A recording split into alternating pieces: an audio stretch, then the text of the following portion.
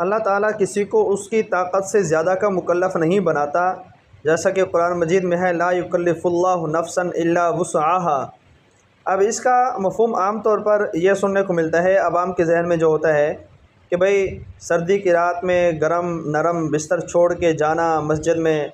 ٹھنڈے پانی کے ساتھ وضو کرنا، نماز پڑھنا یہ مشکل ہے، چونکہ اس سے مجھے بہت سردی لگتی ہے، یار یہ تو تکلیف مالا یطاق ہے، یعنی میں اس کی طاقت نہیں رکھتی، تو لہٰذا اللہ تعالیٰ معاف کر دے گا۔ یا میں کسی کام کاج کے اندر مصروف ہوں، میں نے مال مویشی رکھے ہیں، کھیت میں جانا ہے، ڈیوٹی پہ جانا ہے، تو یہ ساری چیزیں نہ لوگ سمجھتے ہیں کہ یہ تکلیف ہے، اور اللہ تکلیف سے زیادہ کی مشقت نہیں دیتا، جو آسانی ہو وہ پڑھ لو تو پڑھ لو بس کافی ہے۔ یہ مطلب نہیں ہے اس آیت مبارکہ کا، آپ کسی تفسیر کو کھول کے دیکھ لیں، اس کا مطلب یہ ہے کہ اللہ نے جتنے بھی احکامات دیے ہیں نا سارے انسانوں کے بس میں ہیں، انسانوں کے بس سے باہر نہیں ہیں۔ اگر کہیں مشقت کا خوف اور اندیشہ تھا تو اللہ تعالیٰ نے ان مسائل کے اندر نرمی پہلے سے پیدا کر دی ہے، نرم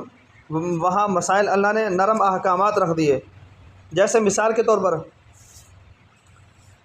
مسافر ہے تو اللہ نے کہا کہ بھائی سفر پہ روزے نہ رکھو، چلو رخصت ہے آپ کو، بعد میں رکھ لینا۔ اور نماز ہے تو فرمایا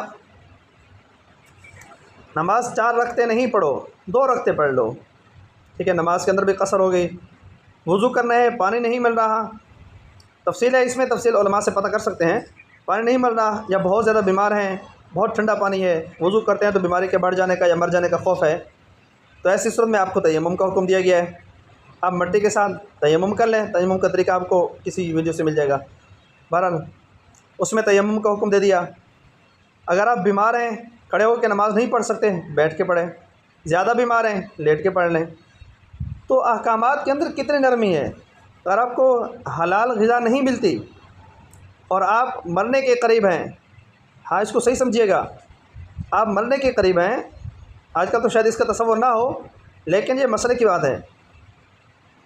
اور حرام غذا سے بھی آپ اگر اپنی جان بچا سکتے ہیں تو اس کے کھانے کی بھی اجازت ہے، اللہ نے قرآن میں دی ہے، قرآن میں اجازت دی ہے، اس کی بھی اجازت ہے۔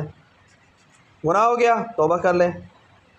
تو کتنے احکامات ایسے ہیں کہ اللہ تعالیٰ نے پہلے سے ان میں نرمی کر دی ہے، اس کے باوجود بھی اگر کوئی اللہ کی نافرمانی اور ناشکری کرے اور اللہ کے فرائض کے اندر کوتاہی کرے تو پھر اللہ فرماتے ہیں ہمارے پاس جو کتاب ہے وہ ینطق بالحق، وہ سچ سچ بولے گی، جو تم نے کیا اس کے حساب دینا ہوگا۔ تو اس لیے اس کا صحیح مطلب یہی ہے جو میں نے آپ کے سامنے بیان کر دیا ہے۔